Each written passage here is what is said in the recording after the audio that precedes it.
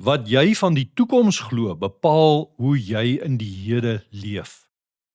Wat jy van môre glo, het vandag bepaal waarmee jy besig was, hoe jy dit gedoen het, waaraan jy alles waarde geheg het. Nou wil ek begin deur vir jou te vra, dink aan jou lewe vandag, dit waarmee jy besig was, dit waaraan jy prioriteit verleen het. Wat sê jou lewe van vandag, van wat jy van die toekoms glo?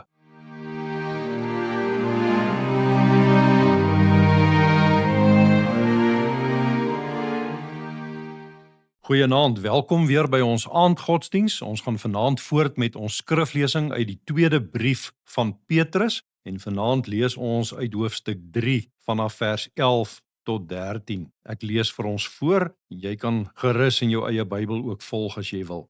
Aangesien al die dinge so aan hulle einde gaan kom, moet julle des te meer vroom en aan God toegewy leef. Leef in verwagting dat die dag van God kom. En beywer julle daarvoor, die dag waarop die hemel in vlamme sal vergaan en die hemelliggame sal brand en wegsmelt. Maar ons leef in die verwagting van 'n nuwe hemel en 'n nuwe aarde wat God beloof het en waar die wil van God sal heers. Aangesien al hierdie dinge so aan hulle einde gaan kom, moet julle des te meer vroom en aan God toegewy lewe.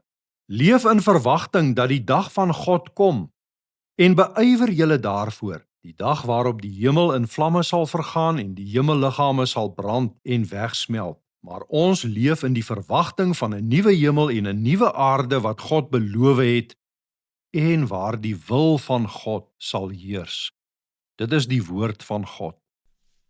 In die verse direk voor hierdie gedeelte wat ons vanaand gelees het Petrus gepraat oor daardie kosmiese gebeurtenis aan die einde van die tyd soos ons dit ken, wanneer die regter van alle regters weer sy verskyning sal maak.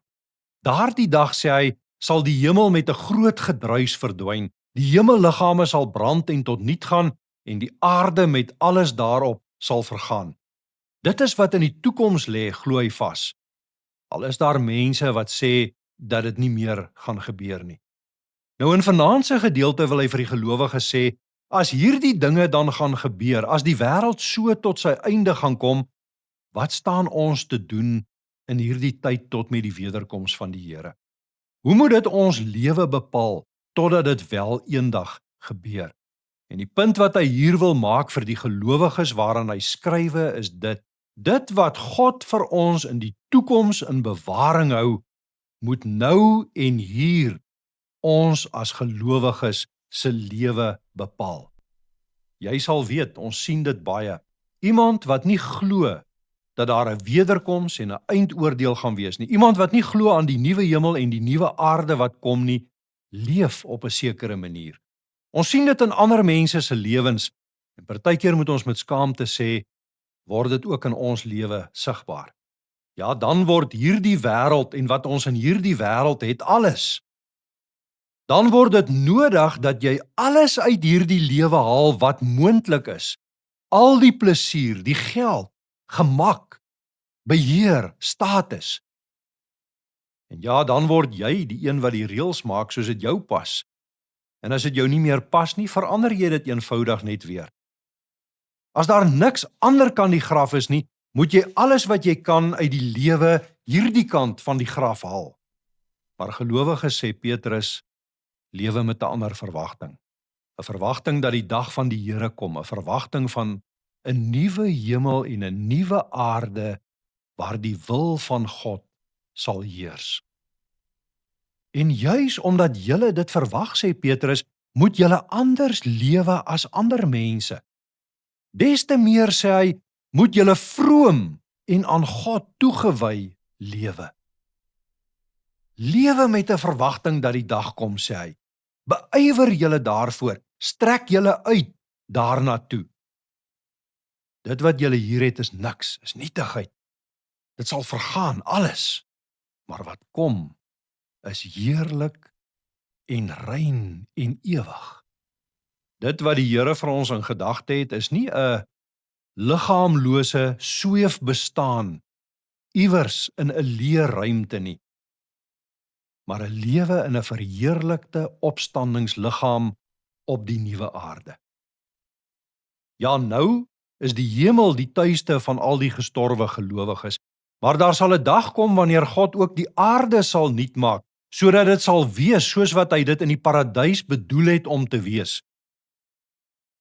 Dan sal die woonplek van God by die mense wees en die wil van God sal heers. Onthou jy nog daardie gesang wat ons altyd gesing het? Ek sien 'n nuwe hemel kom, 'n aarde nuut en vry. Die see en al wat skei verdwyn, God self kom by ons bly. Hoe is dit moontlik? Dit alles begin by die opstanding van Jesus Christus. Sonder sy liggaamlike opstanding is daar vir my en jou geen liggaamlike opstanding nie.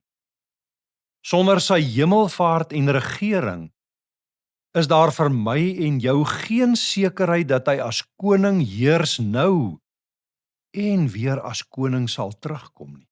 Sonder sy wederkoms is daar nie 'n nuwe hemel en 'n nuwe aarde nie. Wat jy glo van die toekoms, bepaal jou lewe vandag. Ek wil dit eintlik nog fyner formuleer. Wat jy glo van Christus, bepaal jou toekoms. En wat jy van jou toekoms in Christus glo, bepaal jou lewe vandag. Wat sê die lewe wat jy vandag gelei het van die toekoms waarin jy glo?